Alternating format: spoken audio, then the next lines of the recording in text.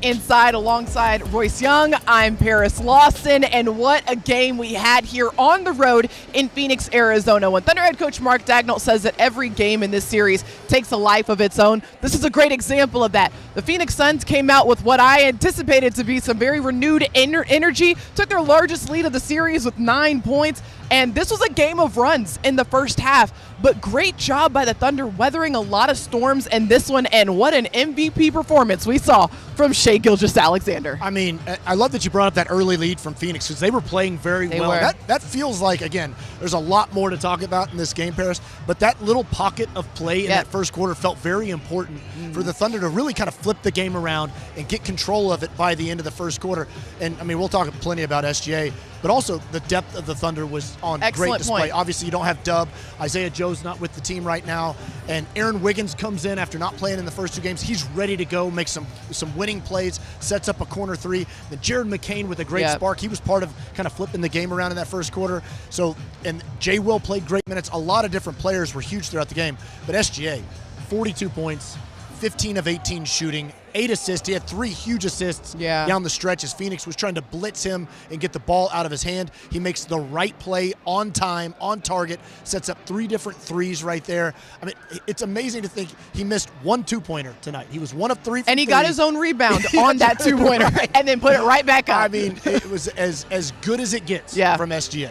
Incredible showing, and I think the depth, that is a perfect point to make in this game. No Jalen Williams with that hamstring strain, and then no Isaiah Joe. And for Oklahoma City, they have so many different guys that they can go to in this matchup. One player in particular that I want to highlight, Cason Wallace, who came in. The Thunder were down at that point in the game. Phoenix had gone on what I believe was an 18-4 run. Cason came into the game, made a 3-pointer, then got a steal, and then made another bucket right after that. So that initial little spark by Cason alone really helped just to turn the tides and stop what was some really serious Phoenix momentum. I mean, first and foremost, Cason Wallace is an incredible basketball player. Yeah. But also, I would say, you know, when we rewind and we talk all season long about the opportunities that adversity can present for players, especially in their own personal player development, and everybody that's watched Cason play all season long knows that this guy is a much better player right now because of the opportunities that he was challenged with throughout the season. Obviously, the team didn't have Dub for extended stretches. Cason found himself with the ball in his hands a lot more. And, you know, whether it was Wiggins or Jared McCain or Cason Wallace, all those guys, it wasn't even a question of like, all right, they've got a little more on their plate. It's like, they're just going to just slide into a new kind of expanded role. They're going to execute, do their job at a high level. It's just not even a question. And what an amazing thing to have in terms of mentality that this group can kind of go tap into in a game like this, game 3 on the road, hostile environment, and they just step up and perform like it's nothing. I mean, what a luxury for Thunder head coach Mark Daigneault to look down across his bench and think, I can count on just about every single one of these guys to go in this game, play composed, play poised, and deliver in this sort of environment. One of those guys, Alex Caruso, just the king of winning plays on this team. And after the game, our very own Nick Gallo got a chance to catch up with him. You're up 2-0 coming here on the road against a proud team. These game 3s are usually very challenging. Tell me about the mental approach you guys took into this one to make sure that you had the right mindset coming in. Yeah, we knew we were going to have to weather a storm at some point. They got up 10 in the first, and we didn't blink. You know, we just kept grinding possessions, made a couple of shots. And then even then, you know, they made a couple of runs throughout the game, and we just steadied the ship with whatever 5 were out there. So proud of our guys. That's what you got to do coming on the road, get the first one. You had a huge impact on that. You've been the first guy checking in off the bench. You guys dominated in bench scoring in this one. What was your role in trying to lead that bench unit here today? Just trying to make an impact. You know, you want to win games. It's going to take both units. You know, you can't rely on just 5 guys. So just being ready when my number is called, whatever position I got to play and whatever I got to do. And how about Shai? I mean, you're down a couple key pieces, and he just goes out there and puts on a masterpiece today. Yeah, I mean, he's MVP for a reason. You know, that's what he does. He leads us every night. It's no different tonight. All right, congrats on the win, AC. Appreciate you. Thanks, Nick.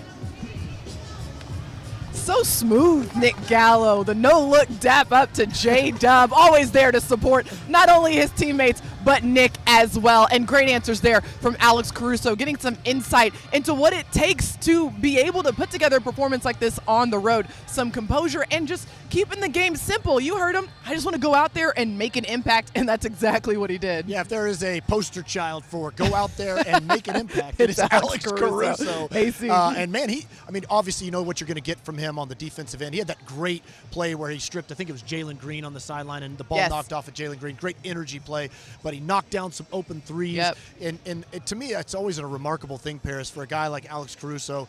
You know, he doesn't know when the ball is going to find him in a spot. He may play a game and take literally 0 shots in it.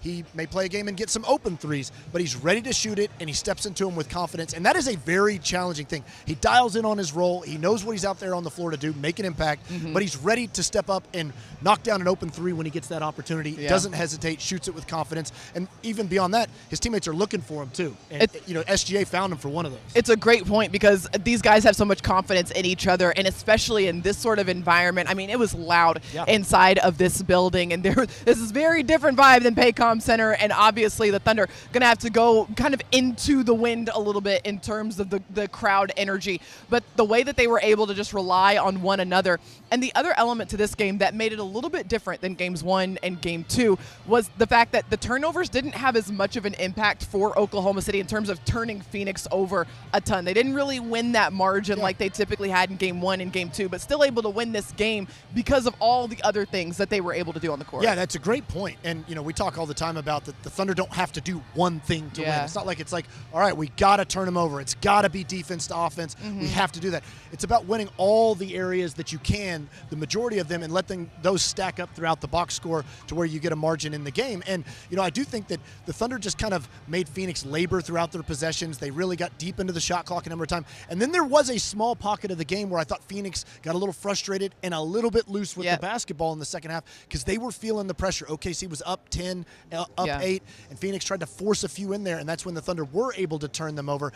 One great forced turnover. How about SGA picking Devin Booker's pocket right there at half court? I mean, it is never a 42 on 15 out of 18 shooting, but it's always about the other end of the floor as well for SGA. He plays both sides. That was a huge play in the game. I mean, that's half the game is defense, and SGA not ever taking a play off out here on the court. That steal, that dunk, that's probably the easiest shot he's going to have the entire postseason. The entire postseason. Knocked it down, got a lot of thumbs up from the Thunder sideline, and that was part of his 42-point performance in this game. And we're going to talk so much about SGA, but I do want to just highlight the efficiency that he played with. 15 of 18. I mean, that is just remarkable to do in a game alone, but especially in a postseason, in the third game of a series where a team now has 2 games worth of film specifically tailored to try to stop you. And, I mean, Phoenix threw the kitchen sink at him. They did. I mean, Oso Ighodaro was picking him up full court at different points. And, I mean, Phoenix was really desperate to try to find ways, I think, to get the ball out of SGA's hands. I'm just guessing here, but I'm assuming that they put Ighodaro on him to try to say, okay, there's a mismatch somewhere else. Why don't you go to that other mismatch now? And they just didn't want SGA to have the ball because it's an amazing thing. They can play gap scheme on him. They can play zone on him. They can try to build a wall. SGA is still going to find ways to crack the defense, whether it's for himself or for somebody else. And then he does things where you think you got him in good coverage, like Dylan Brooks thought he had him right here. And SGA hits just an all-world shot over him. I mean, that was as good as it gets right there. Just, you could hear the crowd, just the energies just deflate from inside of this building when he knocked down that bucket here in the second half. All right, stick with us here on Thunder Playoff Postgame Show. We got more coming for you. We'll hear from Thunder head coach Mark Dagnall and Thunder players after this.